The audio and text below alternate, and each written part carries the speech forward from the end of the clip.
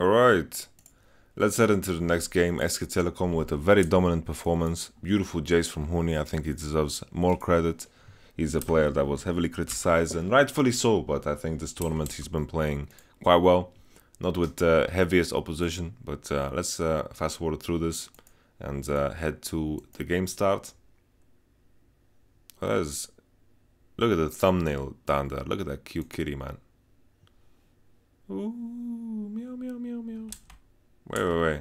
Oh, wait. I want to actually watch this.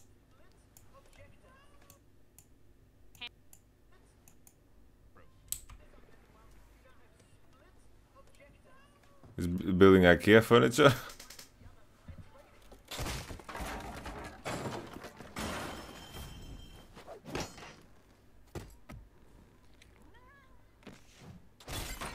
What the hell's happening?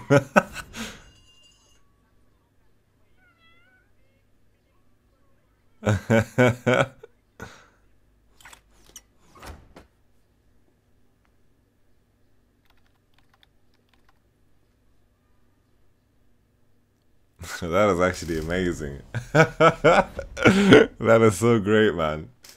That is fantastic. Kind of sad though, you know, Jankos only has one trophy, you know, puts it up there, you know, from from fucking All-Stars. Jankos building a trophy case, man. I don't know, man. I wouldn't be able to buy a trophy case either, you know. I only have my MVP of the 2016 Summer Split. You heard it here. Oh, yeah. Obviously, I'm trolling. Let's continue. Let's fast forward a bit. Jankos, that was amazing. Beautiful stuff. Loving the content, man. Let's fast forward a bit. Oh, there we go. Draft. Misfits with the Galio ban. Whoa! Lulu ban prompts a Janna ban. Galio ban is what comes second. Let's see if Misfits are going to go for the Sejuani, because that has been the trend of the winning teams here at the quarterfinals. Ambition with his 3 games of Sejuani, win. SK Telecom with the Sejuani, win. So maybe Misfits will pivot and pick the Sejuani themselves here. The options for support, once again, might be a Tarek Trundle matchup. AD wise, I think there's a lot of options as well. I think, oh, there we go. Sejuani, the pig, coming at it. Boom pow. SK Telecom should respond with the Jarvan. Might go for the Tristana as well, because, you know, they don't want the enemy team to have an AD that can just get out of it, you know. But then Misfits can just respond with the Caitlyn, and that is like the predicament that Boldin is in right now. And SKT, you know, I think that the better choice for red side is just to pick AD third, because AD carry bans, 2 AD carry bans are enough to put yourself in a position where your AD pick is going to be powerful. So the question now, Misfits, are they going to blind Caitlyn? I doubt it, because then Ashe and Varus will come in. I think Tristana is going to be the easy choice. I think it worked out fine the last game.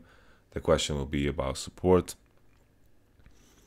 Against Tarek, what is good against Tarek? Against Karma should be fine. Karma should be A-OK. You know, Sejuani's win ratio just went up so much yesterday. Tristana is the AD of choice. Together with Karma, they should be able to push a lot of lanes. I think Karma matches up against Tarek quite fine. You know, in a lot of lanes, Karma has the problem that she doesn't have an ultimate, and against Tarek, you know, she doesn't want to necessarily all in.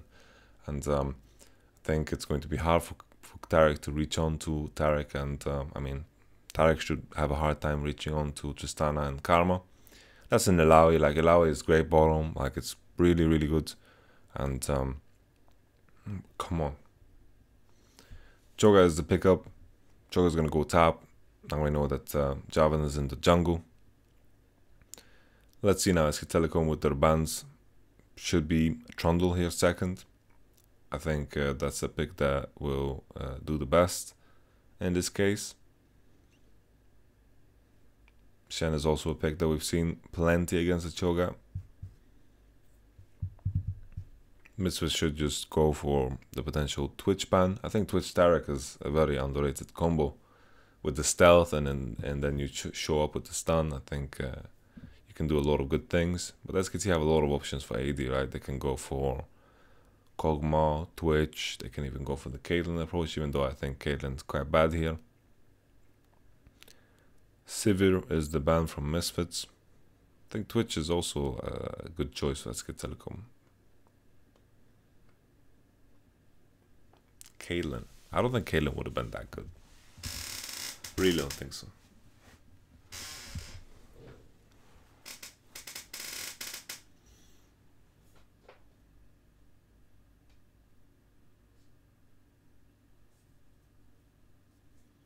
It's the beauty of Jarvan, right? It's like you put yourself in a position where Kog'Maw is better. Because in a lot of comps for Kog'Maw, he just ends up being in like this 4-man AP damage comp, and it becomes rough for him. A lot of top laners that are tonks and that are being played are magic damage, Kog'Maw's magic damage. A lot of it at least. And Jarvan with that physical damage can bridge the gap that is a problem for Kog'Maw. Going to be curious what the blind pick is from Misfits. The last time around it was Ryze. I don't think Ryze is good at all against this team. I don't think Ryze should be the champion of choice. I would love to see some more Talia. I think Talia is fantastic as a champion, and I wish we could see more of it. Oh, that's a Karma mid lane. That is a Karma mid lane. All right. Okay, I didn't think about this too much. Karma mid lane. You know, she has some good item choices. She's most likely going to buy the Ardor Sensor. Most likely she's going to buy the Ardor Sensor. Then Ardor Sensor with Athene's Unholy Grail can be very good. She can definitely... like her itemization is very good, and her early game is also quite good. You know, she can push. She has an ultimate already from level 1, but then into most matchups she kind of falls off. She falls off, especially like against Corki as well. Karma's biggest problem are those assassins, because Karma is very easy to commit onto. She doesn't have a lot of response, and mobile champions like which she can't get the full W off on is her biggest weakness. Corki is going to get pushed in the early game, and then he's going to just take over the matchup at Trinity Force. The strength here with Tarek is that he can apply Ardent Sense to so many people, and sure, the same thing can be said with Karma and her Manto Shield.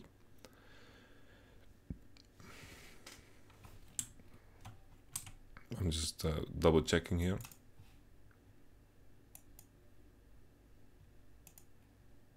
I just wanted to check if I was recording. I would have been pissed if I wasn't. Okay. Let's continue. SK Telecom, will they continue with the dominance? I think so. In this game, they're playing the Corki mid lane and the Kog'Maw bottom. I need to see the draft before we reassess or assess what we expect from both compositions. I think scaling wise, I think SK Telecom is better, considering that you know, Power Revo is playing the Karma. Sure, as a champion, you know, applying Art and Sensor to her AD is going to be good, but if you compare it to the other hand side, you know, SK Telecom have 2 ADs, and I think Corki is going to outscale Karma quite heavily. The shields can get insane, and we'll just have to pay attention to if Misfits can actually create something from the presence in mid lane early on. Like Power Revo is running TP as well. I think Karma should have priority in mid lane for a large amount of this early game, and I think it's up to Misfits to actually use that to create something. And if they do, I think they can actually like put a dent in SKT by just snowballing the Gnar and then potentially alleviating pressure from bottom. Because, you know, Blitzcrank and Tristana can get very explosive down bottom, like especially against Kog'Maw. He's very mobile, the hooks can land, and all of a sudden it changes everything. We have Tristana running Fervor, I like it. Deathfire Touch on Karma, I think that is the standard choice. Yeah, it should be. Deathfire Touch Karma is Makes sense. Makes sense. And then, you know, looking at it, I think Misfits have a lot of advantages here in the early game, and I feel like if SKT reach critical mass, if they reach a point where they get like 24s and they get an item on Kog'Maw and the game is even or in favor of SK Telecom, I think Misfits would just fall apart. Big time. Nara is forced to leash for Max Lore, which gives Huni the opportunity to just start pushing the wave. Interesting stuff. We see Maxo pathing towards bottom side, Peanut pathing towards his top. I think if anyone, Choga should have, like Shogat will be the only one with priority. See Choga already pushed in the wave all the way. I don't know if it's all the way, I don't know if the wave is hitting the turret. It doesn't seem like it. I think that the wave like half froze in front of the tower, which might be a bit awkward for Hunish because it should be hard for him to kill the range creeps. Wolf! Oh, very close. Hansama couldn't flash for the auto because his auto was on cooldown there, and he would most likely just died under the tower, but Misfits. Misfits is the Blitzcrank. Interesting strategy here, you know. Karma mid lane compensates for the fact that Blitzcrank can't buy Ardent Sensor, which is a big deal, which is a massive deal. And I think I was hoping we would see more of this in the tournament. We saw some Ivern, and I think that was interesting, but Misfits now with the play. TP of Karma. TP's coming in. Igna's tanking the turret. This is wild. Oh no. Oh no. Oh no. Oy. Well, I like the try. You know, it's bold.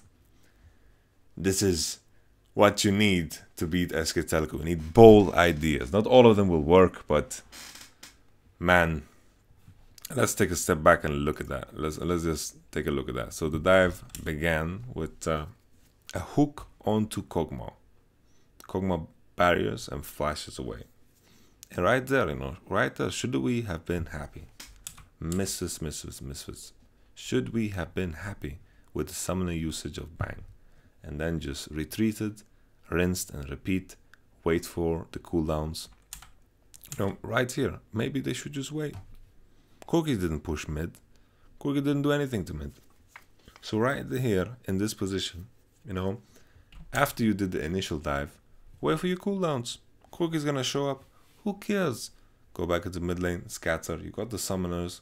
TP for flash and barrier. I think it's positive. At the same time, you can kind of pressure Bang under the tower, force him to not be able to CS. But I think the main issue here is that after this hook lands and it's flash out, all the abilities were used here from Misfits. They don't have any melee champions to apply the stun, and Maxo uses spells, Blitzcrank uses spells, and Bang flashed and barriered a lot of the damage.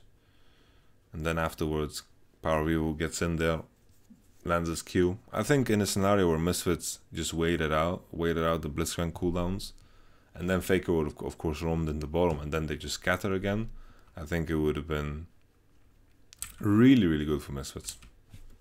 But it's bold, it's definitely bold. Like there's a big wave, and Bang and Wolf, they were behind on levels, and it's understandable to some degree. The TP comes in.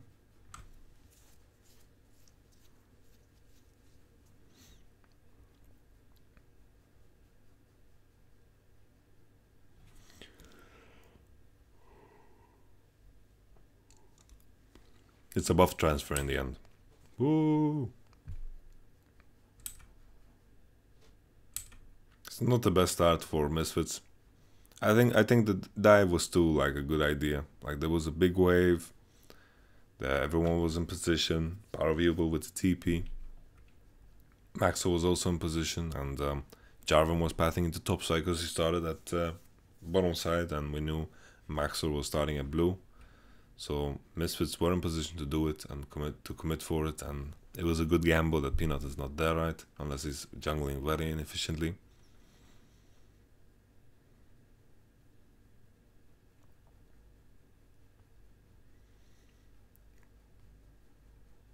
Still no summon as a bottom though, so those Blitzcrank hooks will still be quite deadly. Peanut with the level advantage after farming out mid wave during the time where everyone was fighting bottom.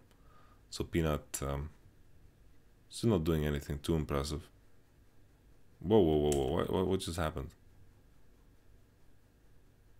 Oh, wait, did Peanut even E? Did he E? I feel like we should have seen the E then, but I'm not too sure. Or did he just Q the L? Because Maxo is also queuing at an insane time. Like, he's just queuing the moment Peanut queues, and it's looking really slick mechanically here.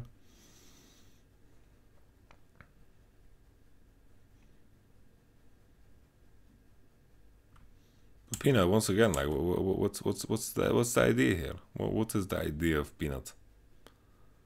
Peanut is getting so hard carried by his team, it's crazy. What's happening here, man?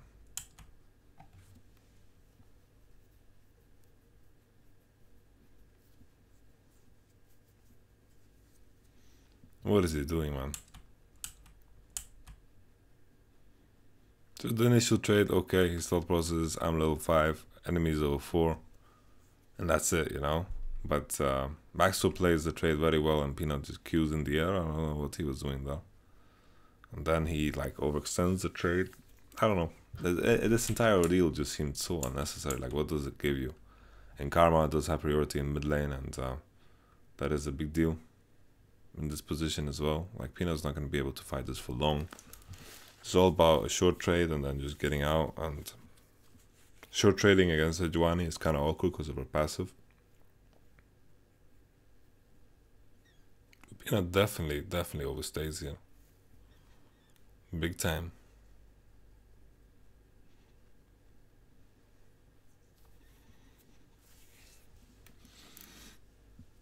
But at least SKT, you know, maybe it's just a genius move for SKT to just base on their bottom, because while Ignar and Hansama was moving towards it, SKT were allowed to base on the Kog'Maw. It's going to be with not too much loss. Whoa, whoa, whoa, whoa, whoa, whoa. Huni is in a terrible position now, but the Q not landing puts Huni to safety again. Alright.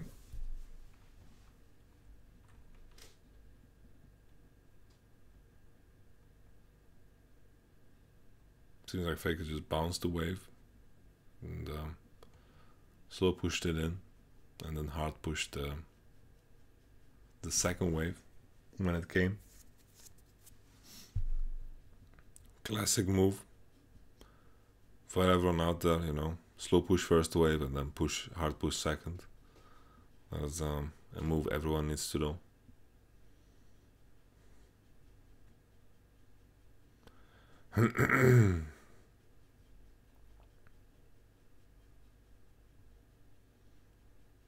Huni is doing very good in this matchup.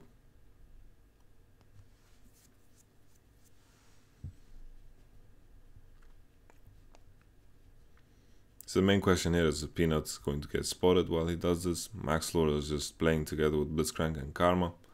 I like it. Huni was pushing in all the way top, and Alfari was the first one to base.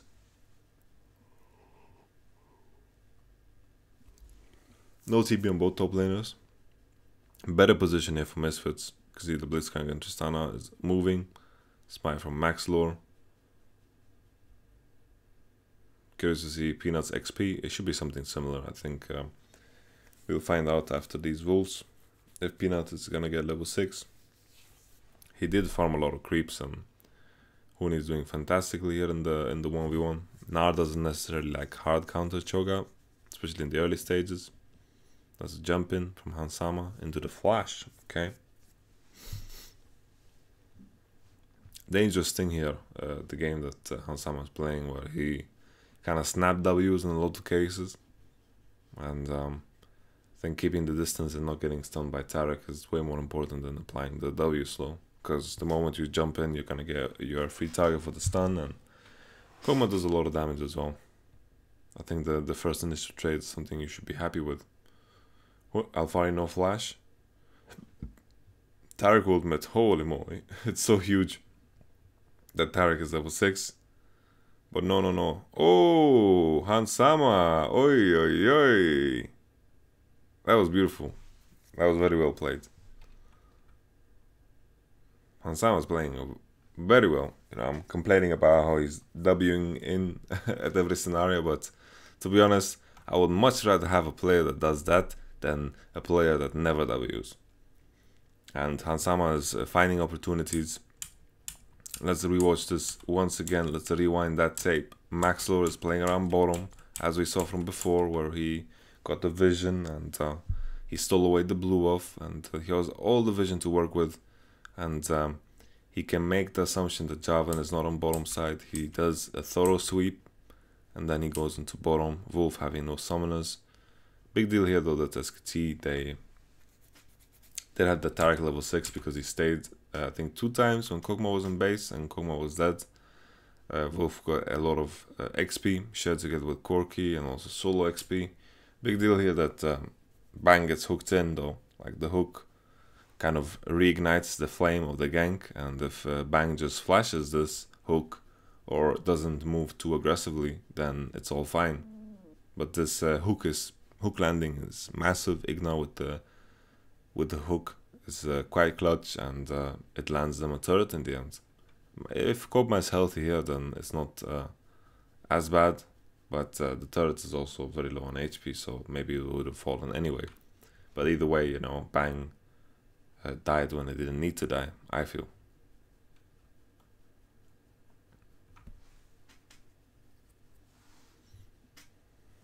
SK Telecom now, first time this series where they're on the back foot. You know, we didn't talk about how, you know, I talked about how SKT scale well into the game, but if Tristan's gonna be this far ahead, you know, for sure, it can be an issue.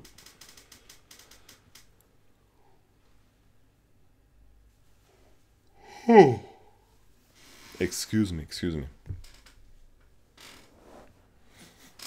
Need to adjust my hours. You know, I was on that world sleeping schedule, and it was quite messy. And then now when it's 10 a.m, it's all good again and normal again, and I'm not used to good again and normal again. But the yawning should stop after a couple of days. I don't remember what point I was making before I went for that massive yawn. Well, I think I was talking about how Hansama also individually could carry this game, you know, with the Tristana and Karma just shielding away. Buying Athenes synergizes very well with Doran's rings. Buying 2 Doran's rings and having Athenes gives you a lot of AP. I've seen a lot of cases where Karma also goes for triple Doran's ring because the mana region gives you more AP, and it makes the purchase of Doran's ring a lot more efficient than usual when you have Athenes on Holy Grail, because it kind of makes mana regeneration into AP.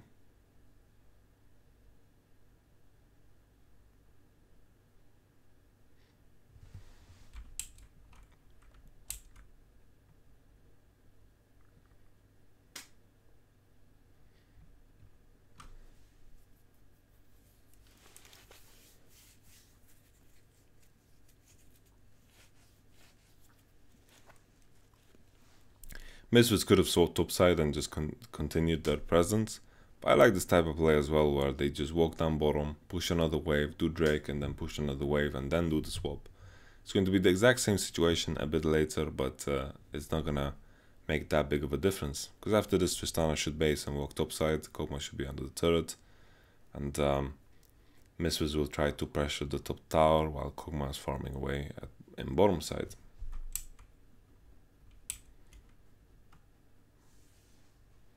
Seems like Bang is going to itemize for the Wit's End. I don't like it too much.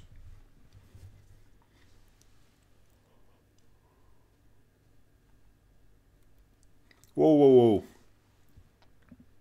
What? Oh, okay. Alright. We Gucci down.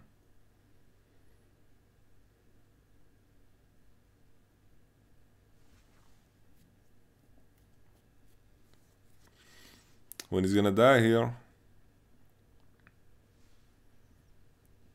Alright, Misfits was the priority with in bot lane, creating a lot of pressure, pressuring mid at the same time. Kog'Maw was out of position, but now, you know, Bang and Wolf are back up here. Peanut dies. We got 1-for-2 situation with Corki in mid lane. Karma's also coming up here. Misfits should be able to take this tower. No biggie, no biggie.